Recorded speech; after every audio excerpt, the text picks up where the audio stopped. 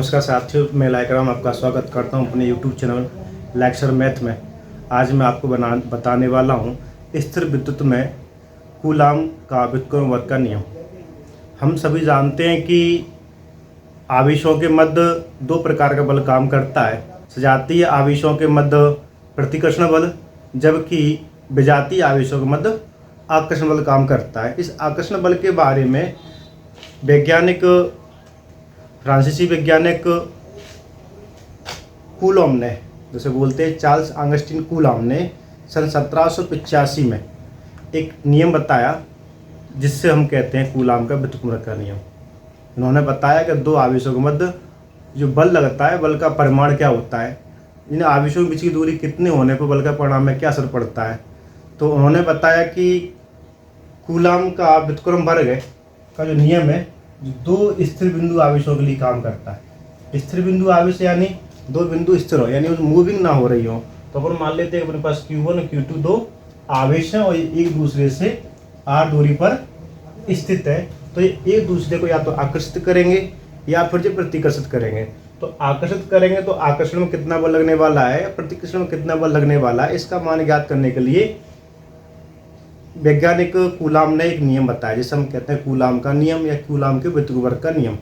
ये स्थिर विद्युत में बहुत आवश्यक है, क्योंकि इसी से हम लोग आगे जाके विद्युत क्षेत्र की तीव्रता करते हैं। विद्युत क्षेत्र तीव्रता जैसे हम करते हैं, आगे फ्लक्स पढ़ते हैं, गॉस की प्रमेय पढ़ते हैं, गॉस की प्रमेय के अनुप्रयोग पढ़ते हैं। तो बहुत सारी चीज़ की शुरुआत कहाँ से होती है, बेसिक से होती है। तो हम मान लेते हैं अपने पास दो स्थिर बिंदु आवेश कौन है, Q1 और Q2, जो एक दूसरे से r दूरी पर स्थित है। तो इन दोनों के मध्य जो बल लगने वाला है, तो बल का परिमाण इन दोनों आवेशों की मात्रा के आवेशों के परिमाण के गुणनफल के समानुपाती होता है, जबकि इनके बीच की दूरी है r की वर्ग के व्युत्क्रमानुपाती होता है। यहाँ पे दोनों समानुपाती चिन्ह है, इसको एक को समानुपाती बोला, एक को व्युत्क्रमानुपाती बोला गया है। तो समानुपाती जो बोला गया इसका मतलब है कि दोनों आवेशों के परिमाण के गुणनफल की मात्रा बढ़ती है तो बल का मान बढ़ेगा। भाई दूसरी ओर आर स्क्वायर यानी दूरी का व्युत्क्रमानुपात या वर्ग का व्युत्क्रमानुपात बोला, दूरी के वर्ग का व्युत्क्रमानुपात। इसका मतलब है कि आर का मान बढ़ने पर एफ का मान कम होगा। जैसे कि हम जानते हैं दो चुम्बकों के बारे में, यहाँ दो चुम्बकें जब दूर दूर होती हैं तो उनके मध्य जो बल लगता है वो बल का मान कैसा कम होता है। वही चुम्बक जब पास आ जाती हैं तो उनके मध्य जो बल लगता है वो कैसा हो जाता है, ज़्यादा हो जाता है। तो इसी प्रकार यहाँ पर यहाँ पर समीकरण 1 और समीकरण 2, हम समीकरण 1 और 2 की तुलना कर लेते हैं। समीकरण 1 व 2 की तुलना करते हैं तो दोनों समीकरण f के समानुपाती, तो अपने पास Q1 गुणा Q2 बटे r स्क्वायर। यहाँ पर समानुपाती चिन्ह हटता है तो नियतांक हमारे सामने आता है Q1 गुणा Q2 बटे r स्क्वायर। यहाँ जो k है वो एक समानुपाती नियतांक है, समानुपाती नियतांक k है, तो इसका मतलब इन दोनों आवेशों के मध्य एक वायु हो सकती है, निर्वात हो सकती है या कोई माध्यम हो सकता है। तो एक k अनुपातिक नियतांक है। यहाँ k एक अनुपातिक नियतांक है जिसका मान मापन की पद्धति एवं इनके बीच के माध्यम पर निर्भर करता है। मापन पद्धति हम मान लेते हैं कि SI पद्धति में बाह्य निर्वात के लिए जो k का मान होता है वो होता है 1/4 पाई एप्सिलॉन 0। जब ये न्यूमेरिकल वैल्यू तो 9 × 10 कितना 9। ये नियतांक क्या होता है या स्थिरांक क्या होता है, समानुपाती नियतांक होता है। इसे मैं शॉर्ट में किसी अन्य वीडियो में बता दूंगा ये होता क्या है, ये कब यूज होता है और किस सवाल के लिए कितना होता है। तो बहुत सारी बातें इसके बारे में बताएं करें। तो k के मान को समीकरण 3 में रखते हैं तो हमारे पास आता है f बराबर 1/4 पाई एप्सिलॉन 0। ये अपने पास Q1 गुणा Q2 बटे r स्क्वायर। इससे हम कहते हैं कूलाम के व्युत्क्रम वर्ग का नियम, जहाँ बल का मात्रक होता है कौन होता है, न्यूटन होता है। इसे हम बना सकते हैं समीकरण 4। तो कूलाम का नियम अक्षरशः याद होना चाहिए। तो याद करने का तरीका ये है कि हम दोनों को एक बार ध्यान से पढ़ें तो समझ में आता है कि किन्हीं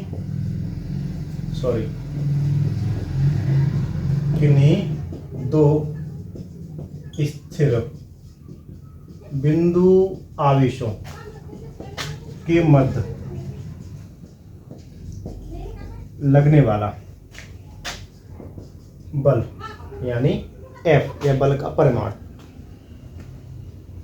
उन आवेशों के परिमाण के गुणनफल के समानुपाती।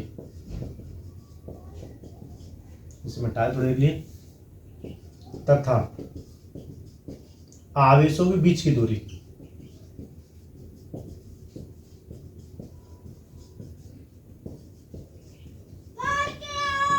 के वर्ग के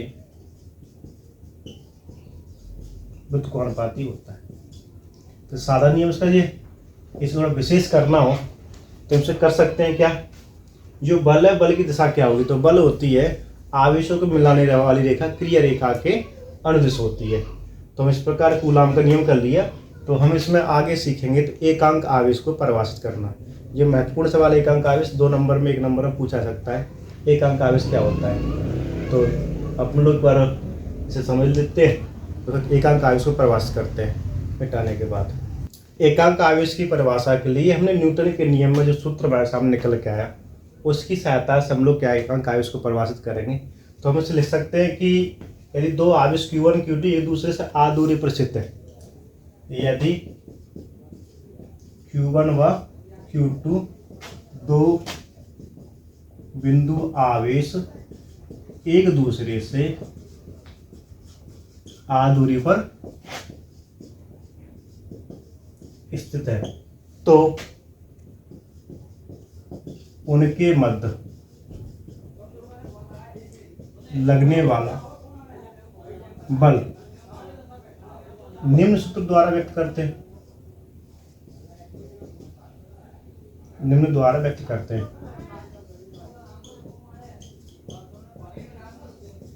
जिसको हम लिखते हैं क्या, 1/4πε0 Q1 गुणा Q2 बटे r²।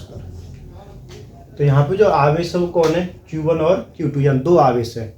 जबकि वो परिभाषा क्या करनी है, एकांक आवेश को परिभाषित करना। मैंने आवेश की वैल्यू कितनी दिखानी है अपन को, 1। जबकि यहाँ पे दो आवेश हैं, ये दो आवेशों के बारे में बताना। तो दोनों आवेशों को एक करेगा तो इसलिए क्या करना पड़ेगा हमें, तो Q1 और Q2 को क्या होता है, फिजिक्स में कुछ परिभाषा बनी हुई रहती है, कुछ बनानी पड़ती हैं। तो आवेश को परिभाषित करना, तो आवेश की वैल्यू 1 दिखानी, तो उसके लिए बहुत सारी वैल्यू उसमें है, चर और अचर, उनको हमें कितना करना पड़ेगा, एक सबको मैनेज करना पड़ेगा और जिसकी वैल्यू परिभाषित करनी है उसको 1 करना पड़ेगा।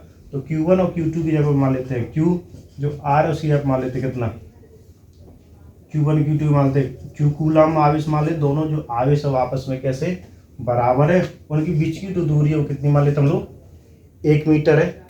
और इन दो आवेशों में जो लगने वाला बल है वो 9×10⁹ न्यूटन है।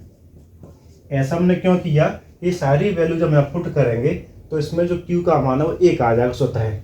जैसे हम जानते हैं इसकी न्यूमेरिकल वैल्यू होती है, कितनी होती है, 9×10⁹। या F की वैल्यू में सेम दी जितनी हमारे पास जो है उसकी 9×10⁹।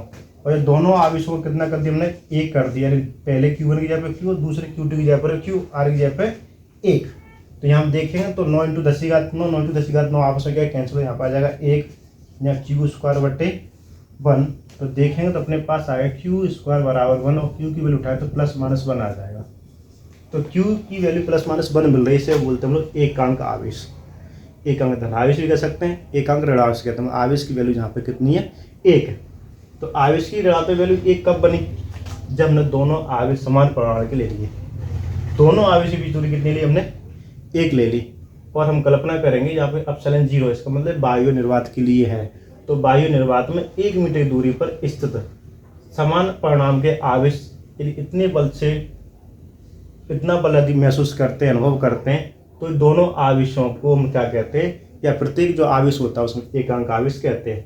इस बात को हम न्यूमेरिकली लिख सकते हैं, जो हमारी परिभाषा बनता है से याद कर सकते हैं। तो क्या कर सकते हैं यहाँ पे, हम कह सकते हैं यदि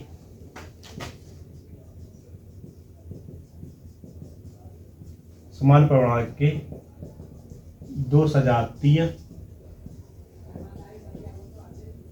आवेश वायु निर्वात में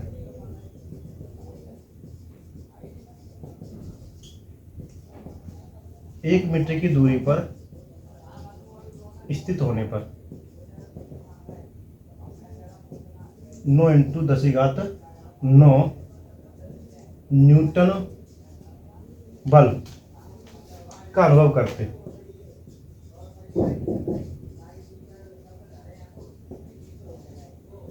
तो प्रत्येक आवेश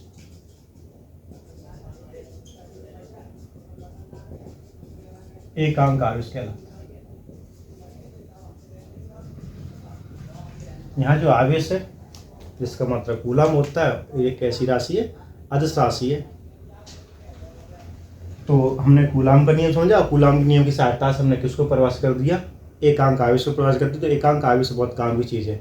एकांक आवेश जो है या परीक्षण आवेश ऐसा हम बोलते हैं, तो ये क्या करता है, ये विद्युत स्थिर विद्युत में कहीं अब उसका उपयोग करते हैं, परीक्षण आवेश बोल सकते हैं इसको, या धन आवेश बोल सकते हैं। एकांक ये किसी को प्रभावित नहीं करता, ये प्रभावित होता है। ये बात को थोड़ा ध्यान रखेंगे तो हम लोग बहुत सारे सवालों को आसानी से कर पाएंगे। धन्यवाद।